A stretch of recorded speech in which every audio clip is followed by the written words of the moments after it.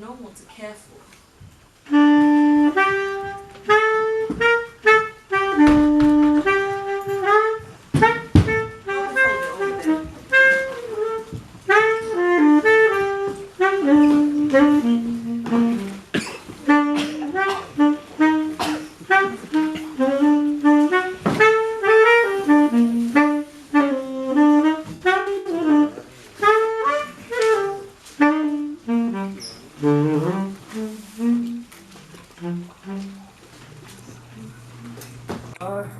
Need any help, Harry? No, I'm fine, thank you. Are you sure? Yes, quite alright. Alright. I am your brother. You can ask me for help whenever, you know. So I'm reminded every day.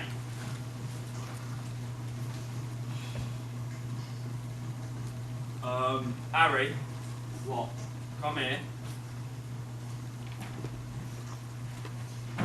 Ain't that the, That's her from next door. Yeah, from number 4. It's that woman. A family, I suppose.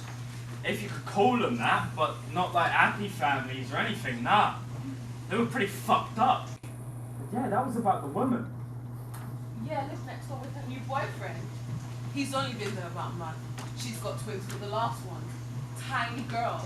Cute, but it's aged like 2. You know before. They look like baby pigs. So about a week after he moves in, early evening, trying to watch the telly, and this big row starts next door at number 4. But don't think too much of it. It's just a domestic. You know how these things are. They blow over. But then a plate breaks, or a vase, or a plant pot. Anyway, something big and smashable, being smashed, huge crash against the dividing wall between our house and theirs. Woman screams, Mum just comes in, and Dad just asks what's for tea, doesn't he? Crash! Huge thing. Breaking against our wall again. Even Mum's heard it this time. She comes through from the kitchen with flour on her hands, asking, "Did you hear that?" Dad just turns up the telly, cranks it right up. It's none of our business, he yells over Anne Robinson. You are the weakest link. Goodbye. And then the next night, it happens again. Crash! Great big bloody thing, making us all jump. And the scream, my God, a muffled scream that goes for miles. See, now Dad's got the telly on, as well as the radio and the stereo. See, he's got it all turned to full. So Mum comes in and goes, "How can you hear anything over that racket?" Dad just goes, "Exactly. It's none of our business, you see." Mum's like, "Should we?" Dad Dad goes, "Nah." and turns the telly up even louder, because they're shouting now next door at number 4. Yeah. Really howling. It's like animals. It's like wild animals. And then the babies start crying. Those 2 little girls. And then the next night, it happens again, and the next, and the next, and the next. Fuck, it's like living in a zoo. All the animals are seriously pissed off. On the 5th night, amidst the midst of all of it, crash! You know, so Mum's like, "I think we should say something, you know, actually do something." But Dad just yells, "It's none of our business," again. See, because the crashes, they're sounding lower now. Duller. More solid. And thick. Less like a plate and more like a baby pig. Yeah, or an elephant.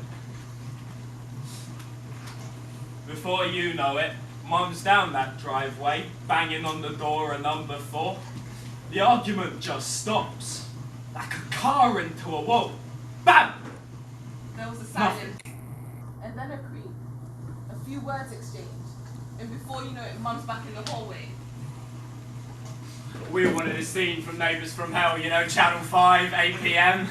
Yeah, we all wanted, like, neighbours chainsawing each other's fences and kicking each other's dogs.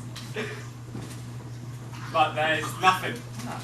Just Mum, looking glum, What did she say? Really, like, what did she say? She said it was none of our business. It seemed to stop for a few nights after that. For a little while at least. So we went back to watching Neighbours, and Dad went back to watching Weakest Link and shouting over Anne Robinson in peace. Which must be nice, eh? Nice relief. We almost forgot about number 4, about next door. Maybe he just hit her more quietly. Maybe he ran out of things to smash. But one week, and I'm heading into the cafe off the high street, because I want my wings and chips. She's there, with her pram by the counter, ordering the tea to take away. Sarah! Or Sally, I think her name was. Yeah, it's in the paper.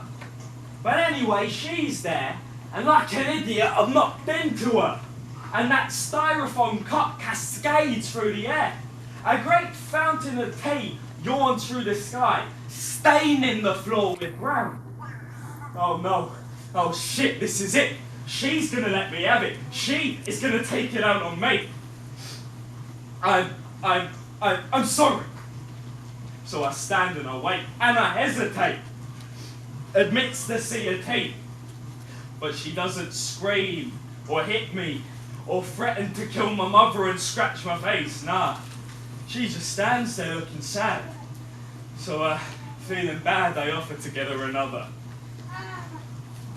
And at the counter, as it's being poured, I suddenly realise that my gob is somehow 10 yards in front of my brain and shattering out of control. We live next door to you, and we hear things. And then she looked at me wearily, and for a horrible second it looked like she might cry. So she takes the tea, and I pay the 30p, and then she looked at me and says, You're free. She said you're free, so live your life because you're free.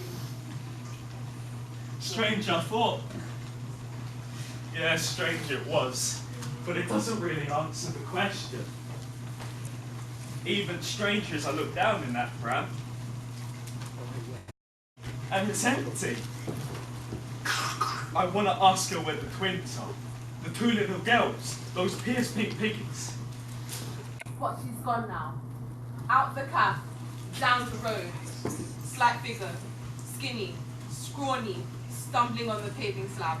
Round the corner out of sight. That night, next door at number 4, he had killed her in that tiny room. And all around her broken plates adorned her temporary tomb.